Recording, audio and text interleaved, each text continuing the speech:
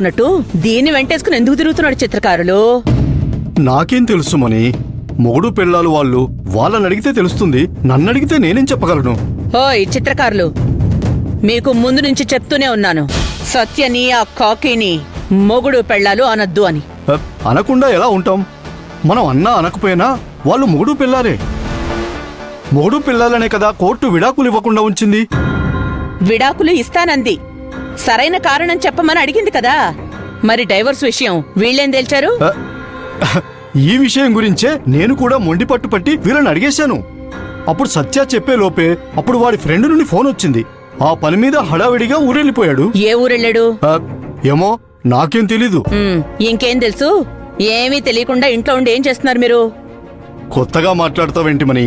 ఈ ఇంట్లో నాకు ఏం అధికారాలున్నాయని అన్ని విషయాలు తెలియడానికి? నన్ను భలే అడుగుతున్నావు. చూడు, నువ్వు కాస్త రెస్ట్ తీసుకో, మనం తర్వాత మాట్లాడుకుందాం, సరేనా?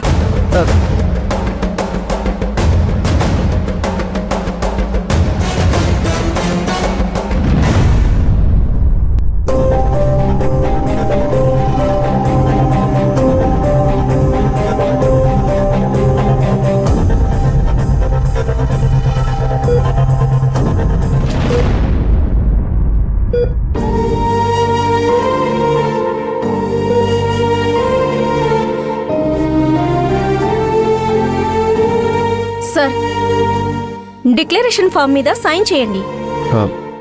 దేనికి? ఇది మా ఫార్మాలిటీస్. ఒకవేళ అమ్మాయికి ఏదైనా జరిగితే హాస్పిటల్కి ఎలాంటి బాధ్యత లేదని మీరు సంతకం చేయాలి.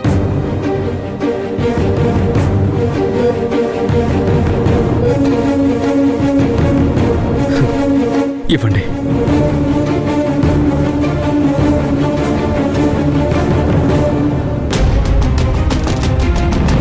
నువ్వైతే నా చెల్లిని కాపాడగలవురా? రే సత్య, నా చెల్లిని కాపాడరా. సంతకం చేయండి సార్.